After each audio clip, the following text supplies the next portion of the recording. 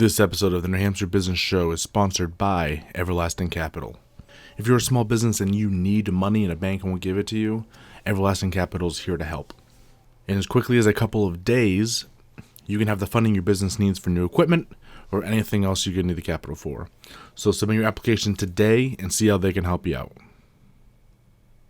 Hello, everyone, and welcome back to the New Hampshire Business Show. My name is Chris Pastrana, and today, I'm going to try to get this right. We're here with Jodi Landellotti. That was good. Outstanding. Of Living Inch by Inch, correct? That's correct, yeah. Awesome. So let's get started. Tell us a little bit about yourself. Sure. Well, first of all, thanks for having me. I really appreciate this opportunity. A little bit about myself. So I'm a mom. My daughter's 5. I'm a wife. And I am someone who, I think a lot of people can relate to this, I struggled for a long time to figure out who I am and realized that I was living my life on other people's terms. Work was my life. I was a workaholic, and I didn't want that to be the case anymore. So I started on this journey of discovering who I am and starting to live life on my own terms and really figure out what it is that I wanted. So that led to me creating sort of this mindset coaching business, life coaching business. Though for some reason, that feels weird to me because people it's your life, but let me help you with your mindset and then apply that to your life kind of thing. Yeah. So, I've had a very eclectic past. I was a music teacher for a while, and then I was in retail training and retail sales and had a bunch of different jobs, and was really looking for something that would allow me to focus on what I'm passionate about, but be able to give back to other people too. Yeah. So you said you're a workaholic. What type of stuff were you doing? So I was a music teacher for 8 years and band director. So that would, of course it doesn't stop there. Then you're doing the musicals, the plays, you're running the sound system for every group that's coming in the school. Summers you're in the band room cleaning instruments and taking care of uniforms and whatever.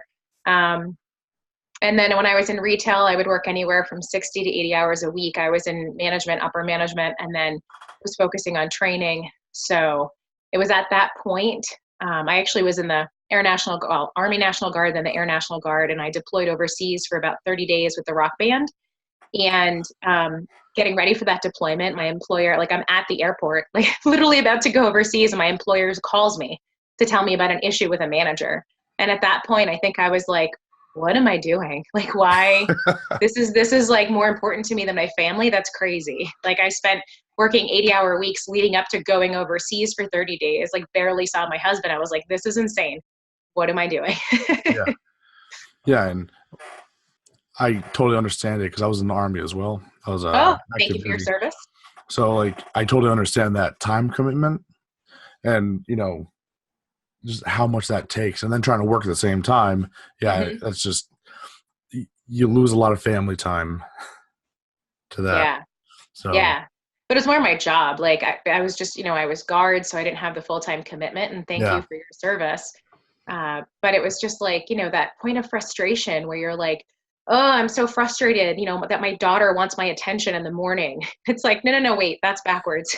I should be so frustrated that I'm spending time sending work emails at 7 a.m. instead of spending time with my daughter. So it was just, flipping that switch and really honing in on what's important to me, what my values were and are, and making sure that my time was, focused on those values versus on kind of the have-tos that we have on our list. Yeah. So, yes, we got a little bit about your backstory there. So what made you jump from that into the lifestyle coaching? Because that's very interesting. It's whenever I see that, it's not like some people are like, oh, I work in, retail, so I'm going to go switch to another retail store. Mm-hmm. You're completely dropping everything and going to something completely off to another activity altogether. Yeah. I've done that a few times actually, but so a couple things. So I've always been very passionate about education and about learning and then helping other people learn. So this is very much in that realm. But for me, it was really sort of a major life-changing event that happened last fall. My husband has struggled with OCD his entire life, but for me, it was always sort of in the background. When I got pregnant and, was pregnant with our daughter and our daughter was born, it got a little bit worse. but it was still something that I could sort of brush off and just be like, figure it out, which, super compassionate wife over here, like, go figure out your stuff. Um, but last fall, kind of a few months leading up to that, he started to get really burned out at work and was just showing all the signs of burnout, being super stressed. And we didn't realize at the time that it was actually also signs of his OCD really ramping up. And at the end of October last year, he literally became incapacitated. He could not care for himself at all. His OCD had gotten so bad. So I became his full-time caretaker.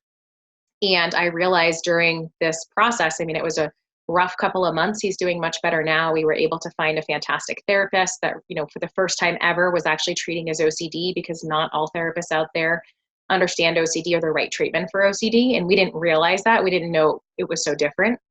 So he's doing much better now. But basically during that process, it could have been really easy for me to completely lose myself again, which is what happened when my daughter was born. I completely lost myself. I, let myself go. I hate those words. Nobody lets themselves go. Like, it just happens and you're kicking and screaming the whole way. And I had sort of found myself again, and because I started doing this mindset work and working with a life coach myself, and changed up what I was eating and the way I was fueling my body. So come October, November, when this major explosion of OCD happens, it could have been really easy for me to completely lose myself again, because literally I was caring for him and our daughter and everything in our household. But while I was tired, while I was stressed, I never fell out of love with myself. I never, was pessimistic. I was optimistic that we were going to get him help and that things were going to get better. I knew. And I never lost sight of what was truly important to me. And it was at that moment that I realized that the work I'd been doing, for at least 5 years, but really concentrated for 2 years of learning to love myself and how I can change sort of that programming that we get when we're, kids and growing up, how much that really made a difference in my life. I mean, I could see it in my day to day. It was more positive. I was more optimistic. I was much more grateful. But when this major life event happened, it really made me really appreciate how much I had changed in my mindset and how much it had impacted my life. And if it weren't for the work I had done, I don't know that I would have been successful in supporting my husband, advocating for him, and also, trying to keep life normal for our 5-year-old daughter. Yeah. So that lit this passion where I was like, okay, I want to start helping other people. Hopefully they're not going to have this major catastrophic event, but at the same time, people are suffering every day and silently, and they're miserable. And I've been there. And I realized that it was completely within my control to change what was going on, to change how I reacted to life, and to then proactively do things to create life and live life on my own terms. And I've really sort of, that passion was just really ignited that this is what I want to focus on. I want to help people do this. That's pretty good. I like that. I wanted to say something. I forget what it was. So yeah, because I was looking at your website, and it's tough, living with people who, you said your husband has OCD, Mm-hmm. and from what I've seen of it, because I studied psychology in college for a little bit, it Mm-hmm. can be debilitating as it gets bad. Yeah. So trying to help that is like, whew. Yeah. And then, like you had said, you have a child, which is hard enough because kids are crazy. Uh-huh. And, it's just a mess.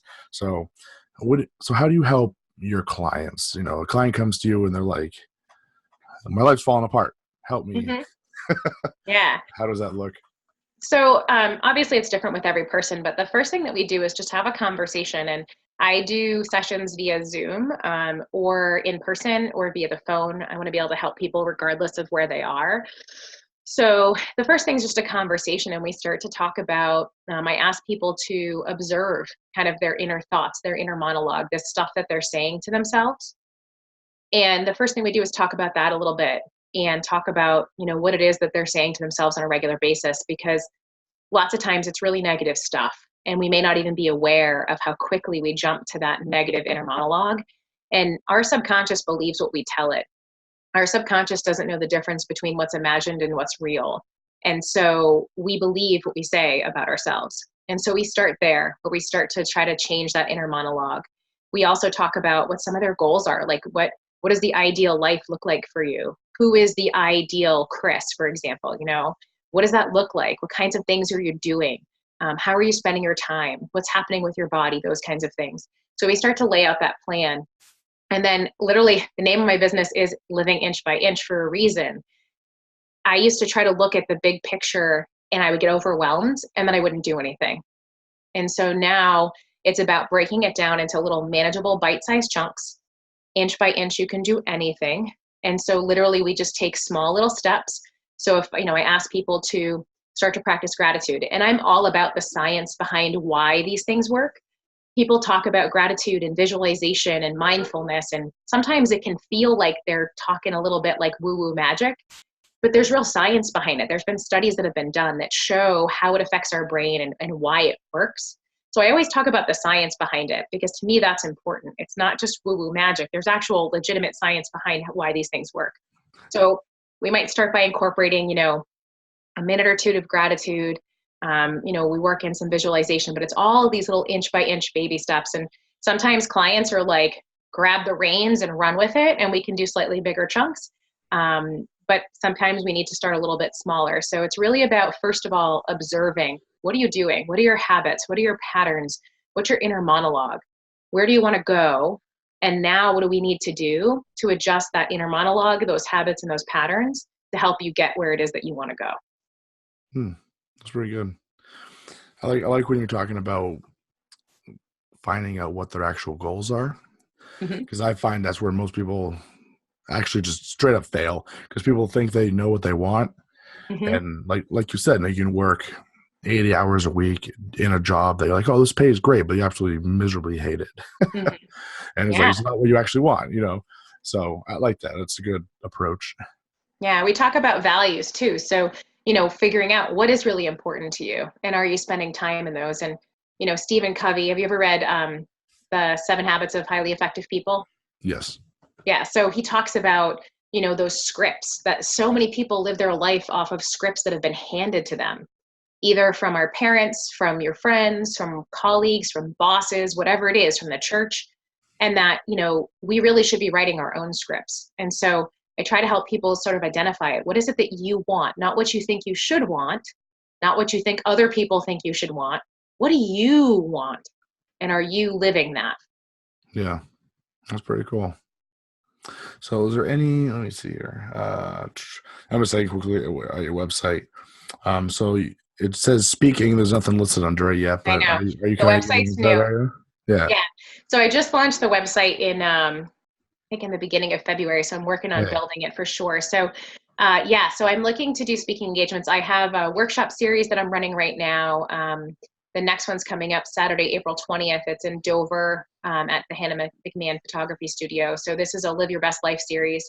So this workshop coming up is actually about identity and the growth process. So really talking about identifying with who it is that you want to become, but also habits and patterns and how the growth process works to kind of get you there. I've done other public speaking engagements. I'm really looking to branch out into maybe doing some workshops for local schools, because I believe if we can get kids to start focusing on self-love, it's going to radiate out and our bully problem is going to take care of itself. But yeah, there'll be more coming there, some video clips, and then some more information on some of the topics that I'd be talking about, but mostly really focusing on self-love, personal growth, visualization. Those are the things that I'm really like talking about. Okay, pretty cool. So someone that wants to reach out to you, learn a little more, get in touch with you, how do they do it? So the easiest way is actually to go to the website, livinginchbyinch.com, and there's a contact us section there, so you can absolutely fill that out. They can also email me at startsfromwithin@gmail.com. And you can find me on Facebook as Jodi Landellotti. If you search Living Inch by Inch, that should come up too, because my last name's hard to spell. But any of those are great options. Outstanding. So thank you so much for joining me today. Thanks for having me. I really appreciate it. Absolutely. So thank you guys so much for listening. Definitely reach out if you need that type of inch by inch lifestyle adjustments. Everyone does. They just typically don't realize it. So it's a good service to have. So thank you guys for listening and have a great day.